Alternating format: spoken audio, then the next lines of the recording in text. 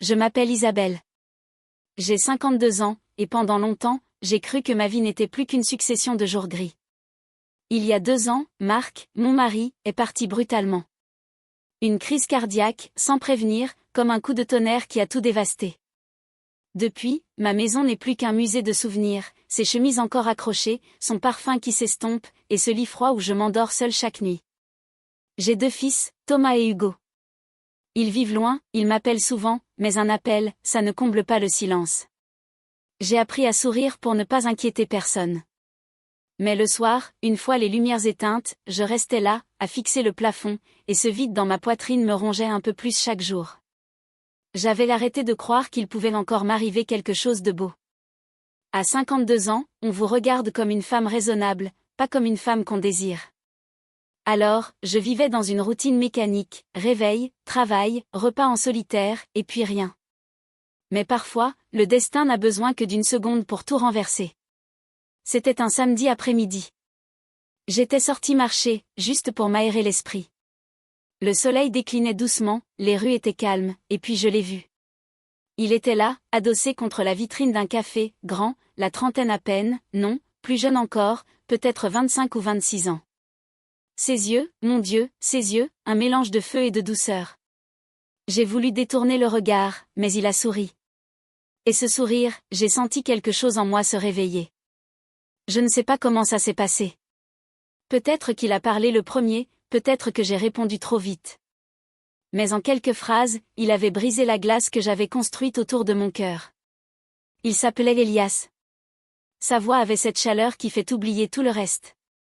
Nous avons échangé nos numéros, un simple geste, presque banal. Mais ce soir-là, quand mon téléphone a vibré pour la première fois avec son nom à l'écran, j'ai ressenti quelque chose que je croyais mort en moi, l'excitation. J'ai aimé notre rencontre aujourd'hui. J'espère qu'on se reverra. Ce message, juste ça. Mais j'ai relu ces mots 10 fois, comme une adolescente. Je me suis surprise à sourire seule dans ma cuisine, à 52 ans. Moi, Isabelle, veuve, mère, femme invisible, je souriais encore. Et je ne le savais pas encore, mais ce petit message, c'était la première étincelle, parce qu'Elias allait bientôt mettre le feu à ma vie. Le lendemain de notre premier échange, mon téléphone vibrait déjà. Elias, bonjour Isabelle, j'ai pensé à toi ce matin.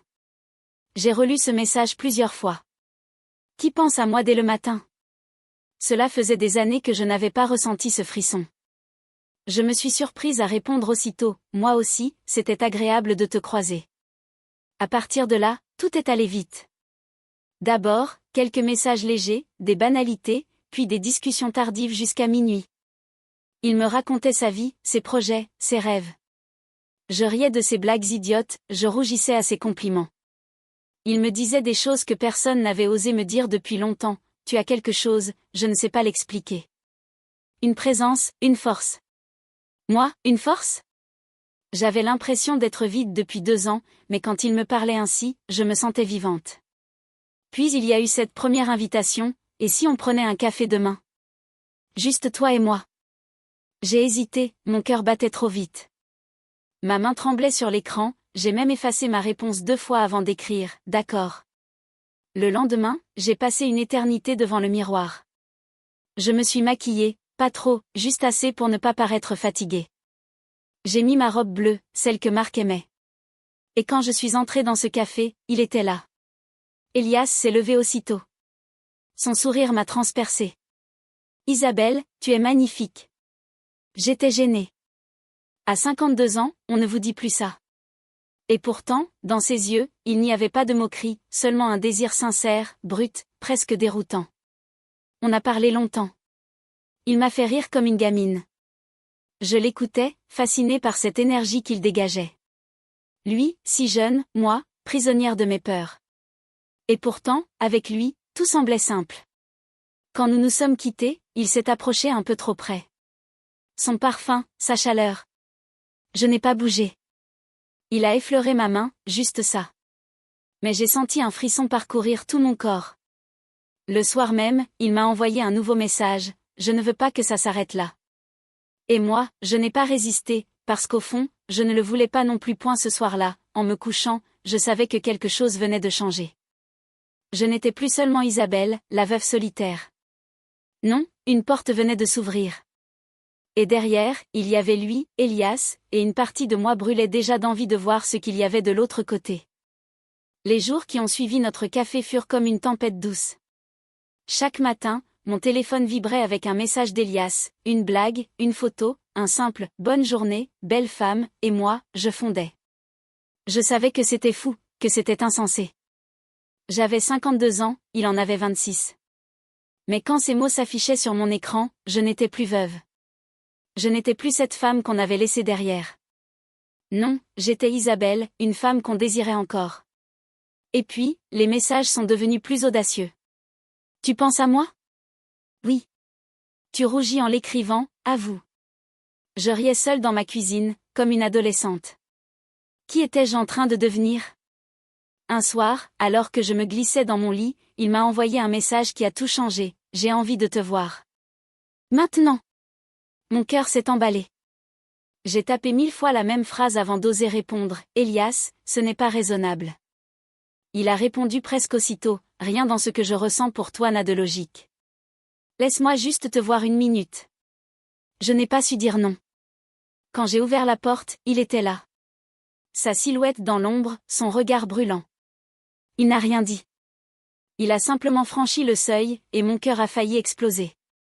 Bonsoir, Isabelle. Sa voix était basse, presque un murmure. Il s'est approché lentement, comme un prédateur sûr de sa proie. Son parfum, sa chaleur, tout en lui me faisait perdre pied-point et elle a levé la main et a effleuré ma joue du bout des doigts. J'ai frissonné. Tu vois, a-t-il souri. Je savais que tu en avais envie toi aussi. Et il avait raison. Cette nuit-là, rien ne s'est passé, pas encore. Mais il est resté là, assis avec moi dans le salon.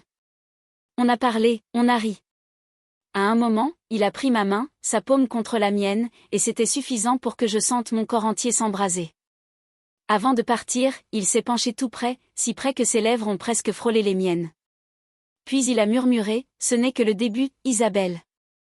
Je ne te lâcherai pas. Quand il est parti, j'ai refermé la porte, le souffle court, le cœur affolé, et j'ai compris une chose, j'étais déjà en train de tomber point cette nuit-là, je ne l'oublierai jamais. Après des jours de messages enflammés, de regards volés, de frôlements qui me faisaient perdre pied, Elias m'a écrit, Isabelle, je ne peux plus attendre. Ce soir, toi et moi. J'ai fixé l'écran, incapable de respirer. Une partie de moi hurlait que c'était de la folie, mais l'autre, plus forte, murmurait que j'en avais besoin. Alors, j'ai répondu d'un simple mot, viens. Quelques minutes plus tard, j'entendais frapper à ma porte. Mon cœur battait si fort que j'avais peur qu'il l'entende.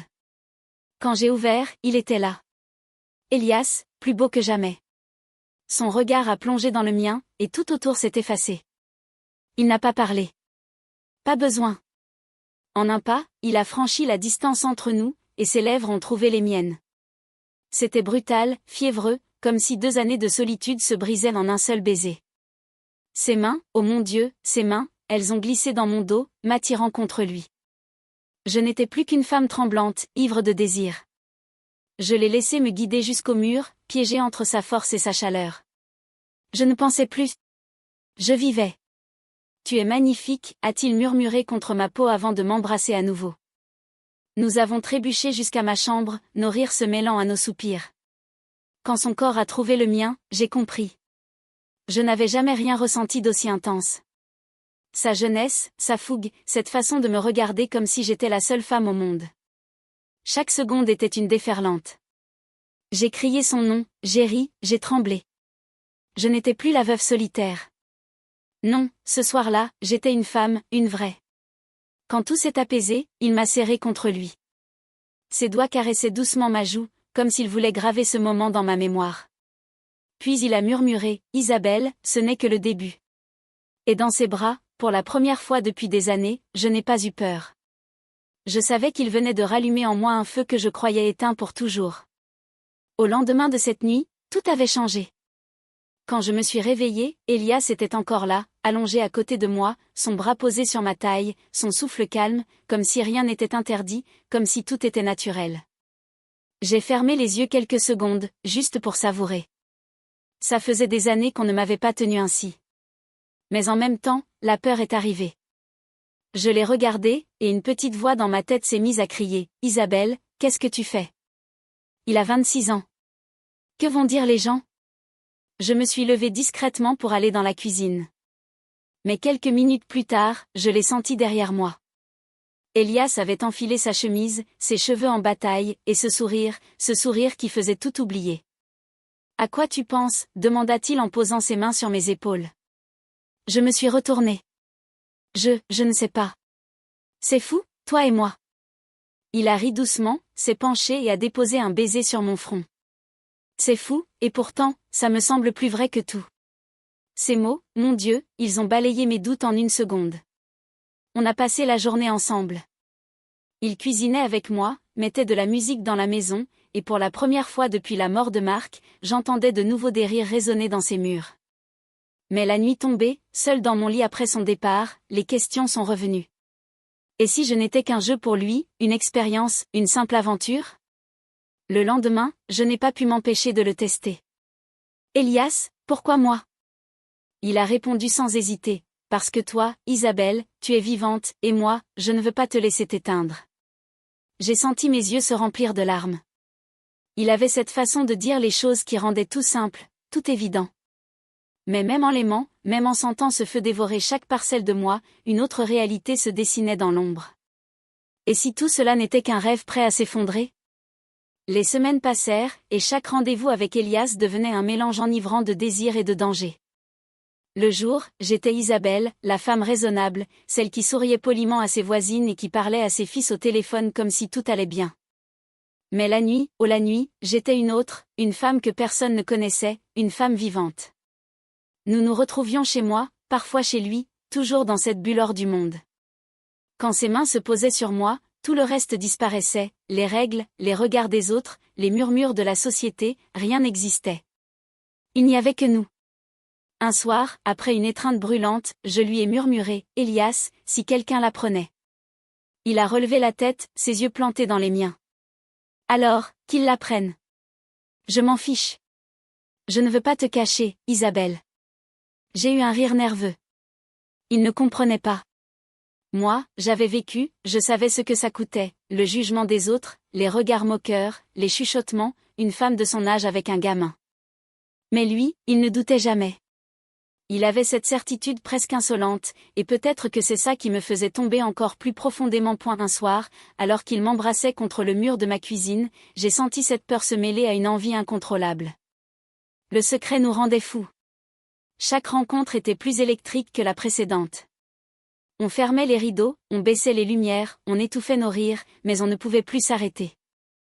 Jusqu'au jour où ma fille, Vanessa, m'a appelé en plein après-midi.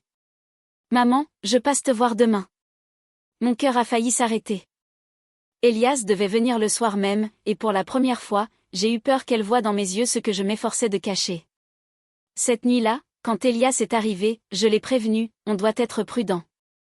Il a souri, s'est approché de moi et m'a soufflé, ou alors, on doit juste s'aimer plus fort. Et il m'a embrassé, et je savais que j'étais déjà trop loin pour reculer.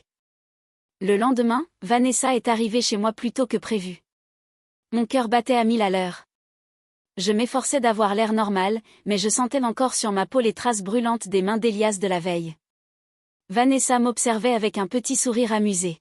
« Maman, tu as l'air différente. » J'ai ri, gênée. Différente? Oui, comme si quelqu'un t'avait redonné vie. Ces mots m'ont transpercée. Elle n'avait aucune idée à quel point elle avait raison.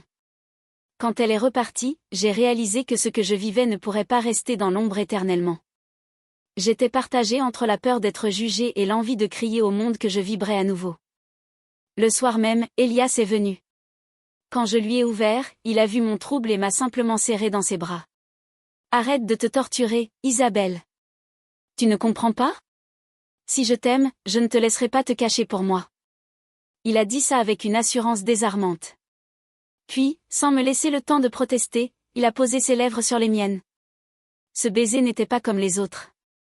Il n'avait rien de furtif. C'était une promesse. Cette nuit-là, nous n'avons pas seulement fait l'amour. Nous nous sommes choisis. Au petit matin, alors que je regardais son visage endormi, j'ai compris que, quoi qu'il arrive, je ne pourrais plus revenir en arrière.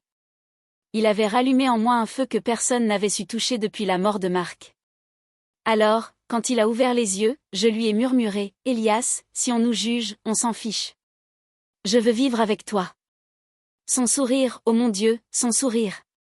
Il m'a embrassé doucement et a répondu, « Je te l'avais dit, Isabelle, ce n'est que le début. » Et j'ai su que, pour la première fois depuis longtemps, je n'avais plus peur. Parce que parfois, aimer, c'est choisir la folie. Et moi, j'avais choisi Elias. La leçon d'Isabelle. Aujourd'hui, je ne regrette rien. Oui, j'ai eu peur. Oui, j'ai douté. Mais ce que j'ai vécu avec Elias m'a appris quelque chose de bien plus grand. La vie ne nous attend pas. Elle ne nous demande pas la permission pour passer. Elle file. Et si on ne saisit pas la main qui nous est tendue, on risque de rester figé dans nos regrets. Je croyais que mon cœur était mort avec Marc, mais Elias m'a prouvé qu'il pouvait encore battre plus fort que jamais.